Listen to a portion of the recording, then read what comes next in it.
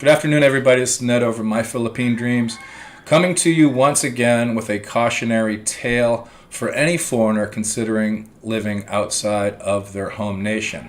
In this case, it would be foreigners living, visiting, doing anything in the Philippines.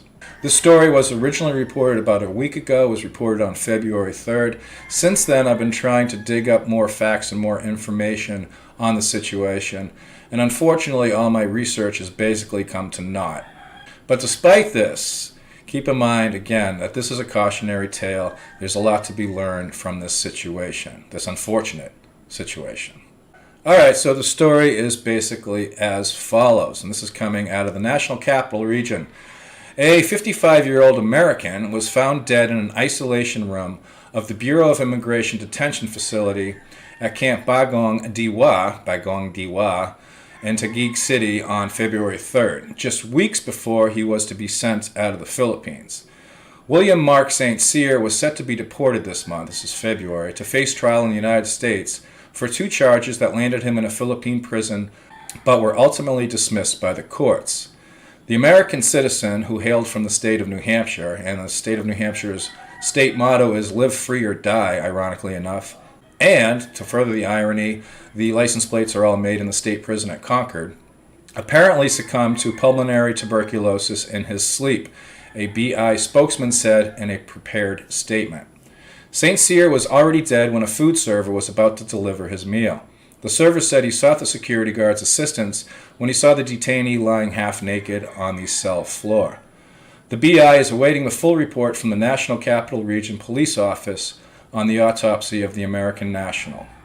The spokesman said St. Cyr was about to be deported for being an undocumented alien and posing a risk to national interest. St. Cyr originally faced a court case in the country for violations of the 2002 Illicit Substance Act and a complaint of the Special Protection of Minors Act, both of which were ultimately dismissed by the courts. He had been detained in the BI detention center since 2013, but his deportation had to be postponed until the two cases against him were resolved. As noted, the two cases were ultimately dismissed by the Philippine courts. St. Cyr was known as the Shake Man while in the Taguig detention facility for making and selling flavored shakes. The spokesman went on to say that based on reports by BI Warden Facility Chief Nino Dato, St. Cyr had been on TB medication since June of last year, and his last checkup was a month ago. And finally, the United States Embassy has been informed of his death, the BI spokesman stated.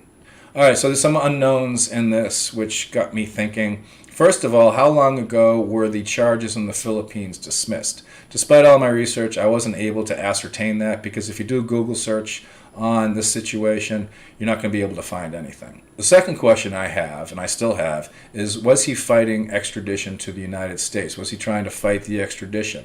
And again, that's not known.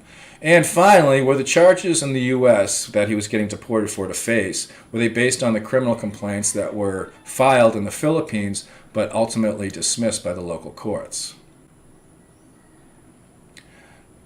So beyond any of that, again, this is a cautionary tale for any foreigner considering living outside of their own foreign nation. You got to know the laws. You got to learn, get into the culture at some point, but you got to really know the laws.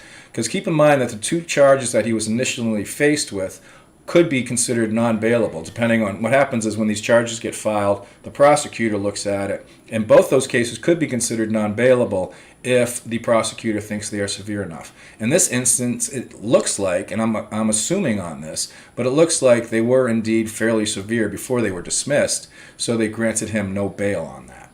So when in Rome, do as the Romans do, get to know the laws. This is an unfortunate situation, but it's one that we can all learn for. Again, it's a cautionary tale. And with that, I am Ned at My Philippine Dreams, and I'll see you next time. Peace.